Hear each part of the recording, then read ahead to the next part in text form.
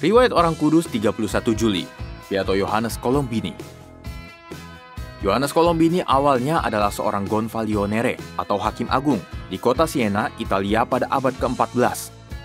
Ia berasal dari keluarga bangsawan yang kaya raya dan terkenal sebagai seorang yang angkuh, pemarah, dan tamak.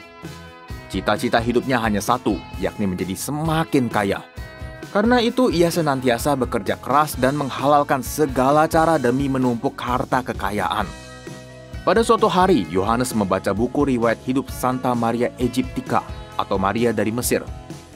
Mulanya ia menganggap sepele kisah pertobatan Maria Aegyptica dari seorang pelacur menjadi seorang pertapa suci di padang gurun.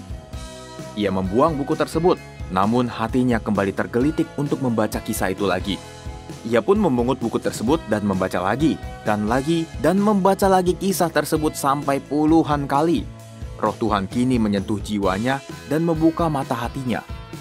Yohanes tersadar dan dapat melihat cara hidupnya yang penuh dosa. Sebagai seorang gonfaloniere, Yohanes kerap menjual hati nuraninya dengan menerima uang suap dalam memutuskan perkara, dan ini tidak berbeda dengan seorang pelacur yang menjajakan tubuhnya. Malam itu Yohanes berlutut dan berdoa dengan sungguh-sungguh. Dalam linangan air mata, ia berkaul untuk meninggalkan cara hidupnya yang lama dan mempersembahkan seluruh hidupnya untuk Tuhan. Di hari berikutnya, Hakim Agung Yohanes Colombini menggemparkan kota Siena dengan membagi-bagikan semua harta kekayaannya kepada orang-orang miskin.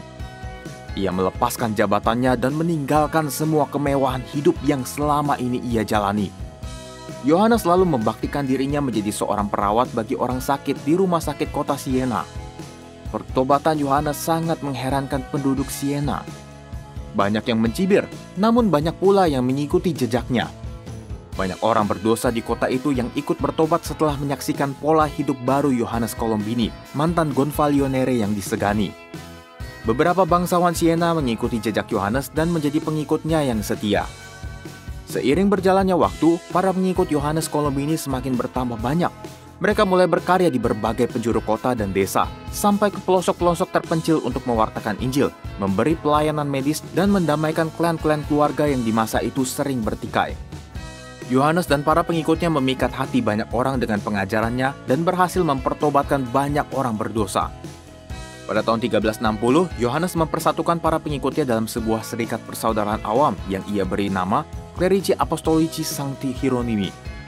Para anggota serikat persaudaraan awam ini lebih dikenal dengan sebutan para Jesuat, mengacu pada kebiasaan mereka yang selalu menyebut nama Yesus dengan keras dan riang gembira setiap saat, di awal dan akhir kegiatan apapun yang mereka lakukan.